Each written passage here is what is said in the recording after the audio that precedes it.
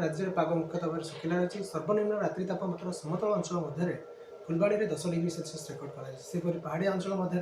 कोरापुट में 7.8 degree Celsius record कर पूर्वानुमान अनुजाई राज्य में विभिन्न स्थान में कुहुड़ी अनुभूत होती सर्वनिम्न दृश्यमान दूरता 40 मीटर सह राउरकेला अति घन कुहुड़ी दृश्यमान होता बेले कोरापुट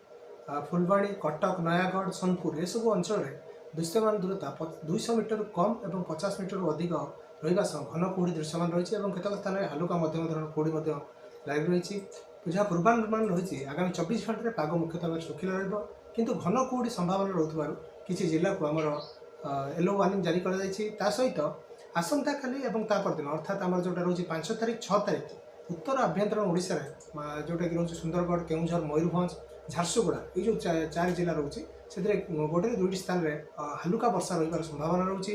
सहित आगामी 3 दिन जाए घन कुहुड़ी संभावना रोकवर येलो वार्निंग जारी कर भुवनेश्वर तापमात्रा 16-17 डिग्री मध्य रहा सहित सर्वनिम्न किसी स्थान में हालुका कुहुड़ी दृश्यमान होगार संभावना रही कटक में घन कुहुड़ी सह तापमात्रा 16 डिग्री पाखापाखि रही पूर्वानुमान जारी कर